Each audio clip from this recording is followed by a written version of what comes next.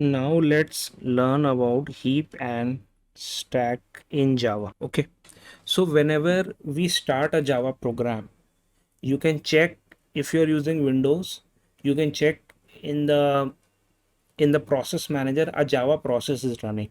Similarly, if you're using Mac, there also you can check by using commands that a Java process is running. So suppose that Java process is running on your computer, so it will initially start with some memory. The default for that configuration is 512 MB. So this much memory your Java process will take on your RAM of your computer to start. So what happens in this 512 MB of memory? So we'll only cover the basic things here. So two or three main things happen here. First of all, a heap is initialized, okay, and some stacks are initialized. So basically the code just we just saw, where we were running the main method of my class and it was creating some objects, that will also start in one particular stack. Okay, so this execution will run in one particular stack, and since Java is a multi-threaded language, it can execute multiple stacks together. Okay, and it can execute multiple methods together, it can execute multiple processing together, and each method or each processing will run in its own particular stack. Okay, but so this is how Java is multi-threaded. You can increase your stacks as well. You can create as many threads as you want. For example, you have servers with thousands of requests is received by your server, and the Java application running on your server, for each request from each user it creates a new thread. Okay, and using that thread it does the execution for that particular user in that thread only. Okay, so you can create as many threads as you want.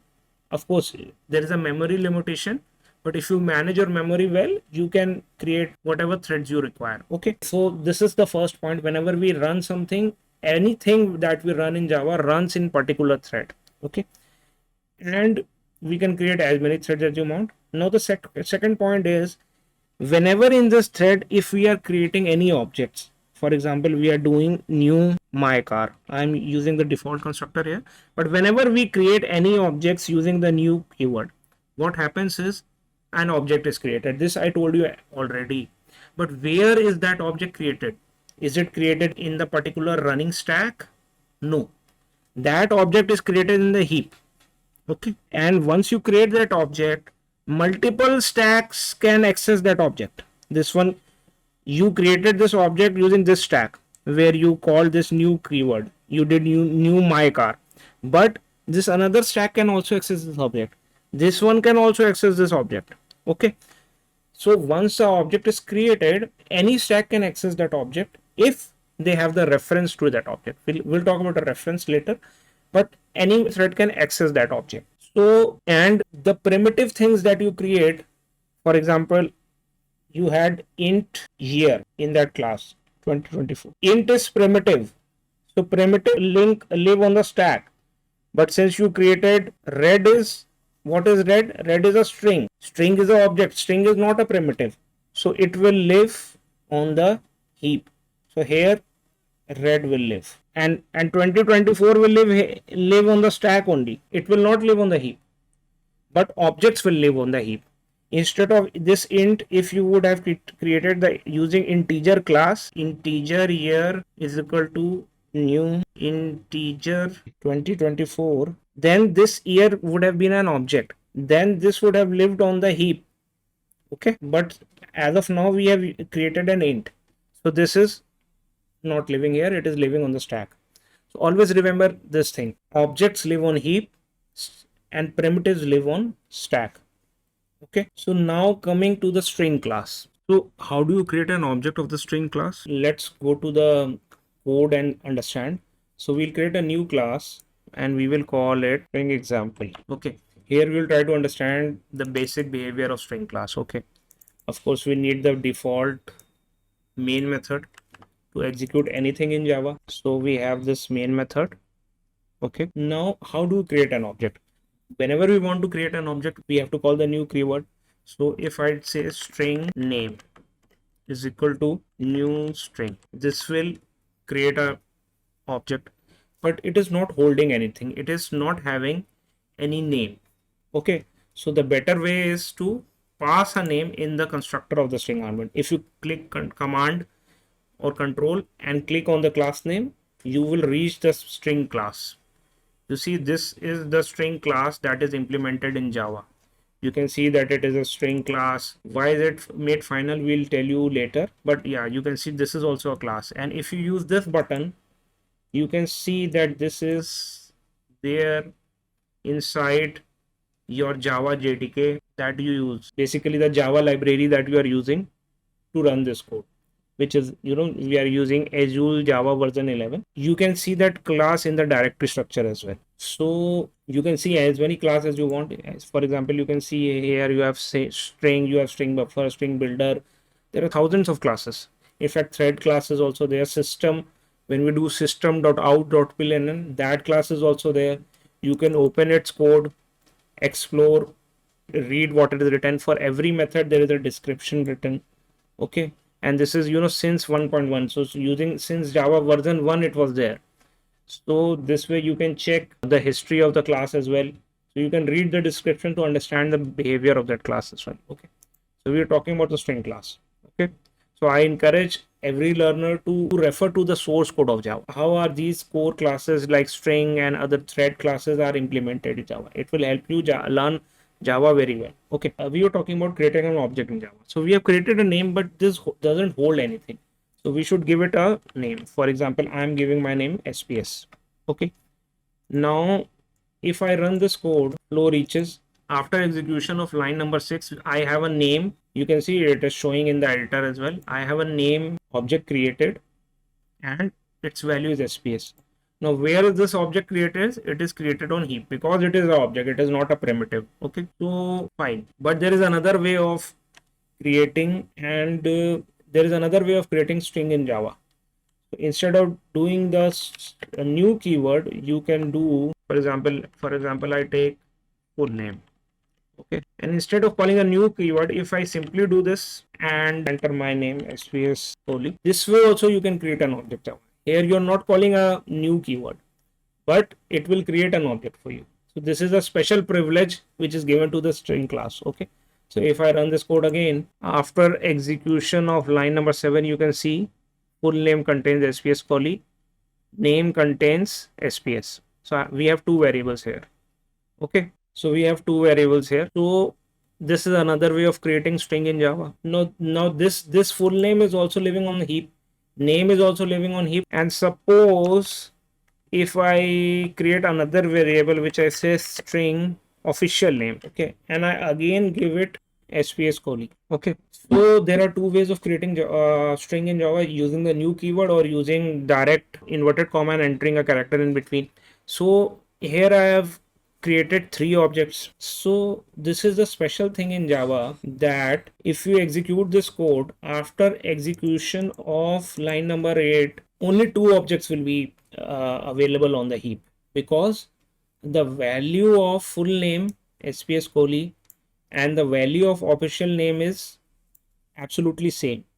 So in case of string, if you don't use the new constructor and you create an object using just the inverted comma and characters in between, before creating an object, what happens is that in case of string, if this is your heap where all your objects are living, there is a small section of heap which is called string pool. Okay. So whenever you create a string, that object is placed in the string pool inside a heap. Obviously it is an object, so it will go in the heap. But since it is a string object, it will go in the string pool part of the heap. So here we have SPS. Okay. Then we have SPS colli. Now the third time when we do official name, it will check when we were doing string official name is equal to SPS colli. So when we execute this line, it will first check whether this string is available in the string pool or not. If it is available, it will not create new object. Instead, it will return the same string because the value is same, so it is saving memory. For saving memory, this feature is added. So instead of creating a third SPS Coley object, it will not create this and it will return this one only. Okay, so it will return this value back to the third variable. So here we will have only two objects created. So we can verify whether this full name and official name both are same or not using another way. In your Eclipse, if you double click anything and you right click, you will have the option to evaluate expression. So I'm opening two evaluate expressions. Okay, in one I have full name and in one I have official name.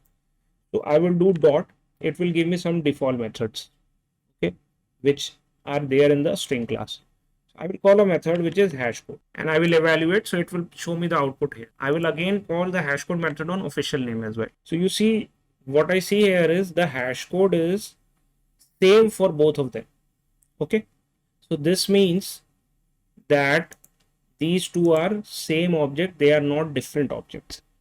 It has checked in the string pool and it is returned as the same object instead of returning two different objects. Now the string class has many methods. For example, if I choose any object of the string class and I press dot, I can see so many methods are available. One of the method is concat. So if you use any inbuilt method in Java, you can simply control and click. It will take you to the method. Okay, obviously it is in string class because we are using object of string class. You can read the definition here. Okay. So what does it say? It says concats the specified string to the end of the string. Okay, so it will do that. And if suppose I add some additional string at the end of this, I say software engineer. Okay, and let me debug again. So right now the official name contains SPS call. You can see here, right? Now I am calling concat on this. Okay, and I'm trying to add one more string at the end of this. So now it is like SPS Coley and I am trying to concat software engineer. Okay. After I execute this, if I check official name, it is still SPS Coley. Why? It should have concatenated software integer at the end of SPS Coley. Why was it not able to do so? The reason for this is that string is a immutable class. So what is the meaning of immutable class? Immutable class means once you create an object of that class, then whatever is inside that class, any property, for example, our car class has three properties. It has color, model, year. Okay. Similarly, when we create objects of string class, so it holds these characters inside itself. Okay. So you can even go to the string class and check there is a property which is called value. So this also has some properties inside it, and using these properties only it creates this string for you. So for example, name has SPS, you can see this. Full name has SPS Coley, you can see this. Official name has SPS Coley. So these values are this output is created using the values inside the string class, and because string is immutable, once you assign something to this value, it will never change. So then what is the purpose of calling this concat class? It should have concated. No, it will not concat. It will create a new string. Okay, and it will assign the concatenation of the original string and whatever you are trying to concat, and it will return you a new string. So for example, if I say string designation,